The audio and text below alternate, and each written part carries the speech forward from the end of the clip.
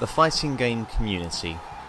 In some ways an art form of the video game world, in other ways a bunch of howling jackal-minded idiots at various events throughout the calendar year.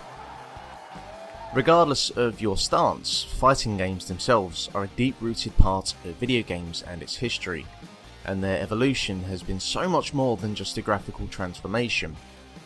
From the earliest basic creations like The Way of the Exploding Fist, through to technical classics like Street Fighter 2, from the combo-laden insanity of Killer Instinct to the multiplayer chaos of Super Smash Bros.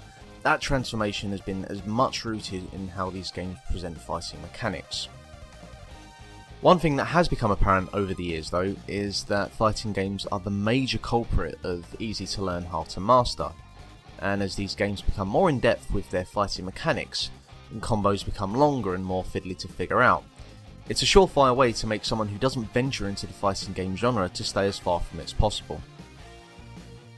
So along comes DiveKick to completely change the conventions on how a fighting game can be created and played. On the surface, DiveKick is a simple, well-executed two-button fighting game that any casual gamer can pick up and begin playing from the get-go. Dig a little deeper and you realise that at its core, DiveKick is as much of a technical fighting game on level with your Marvel vs Capcoms and such. So the name of the game here lies very much in the name. As mentioned, DiveKick uses two buttons of your own configuration, which controls your ability to move and attack. And while the nuances of each character vary in slight subtle ways, which in effect are the deeper mechanics involved, you can jump with one button, kick with the other while in the air, or use the kick button to jump backwards while grounded. And the most alien thing about this setup is the lack of input, and being able to move left or right. But everything becomes natural quickly as, well, most fighting games are spent jumping in the air anyway.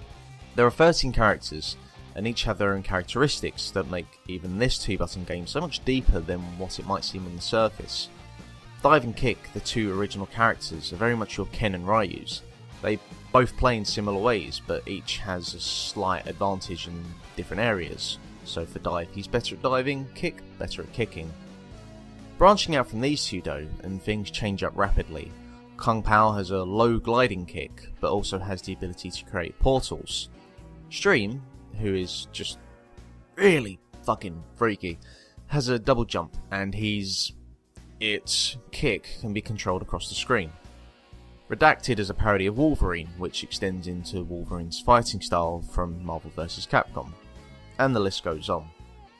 The game is set up by default with the winner being the first to 5.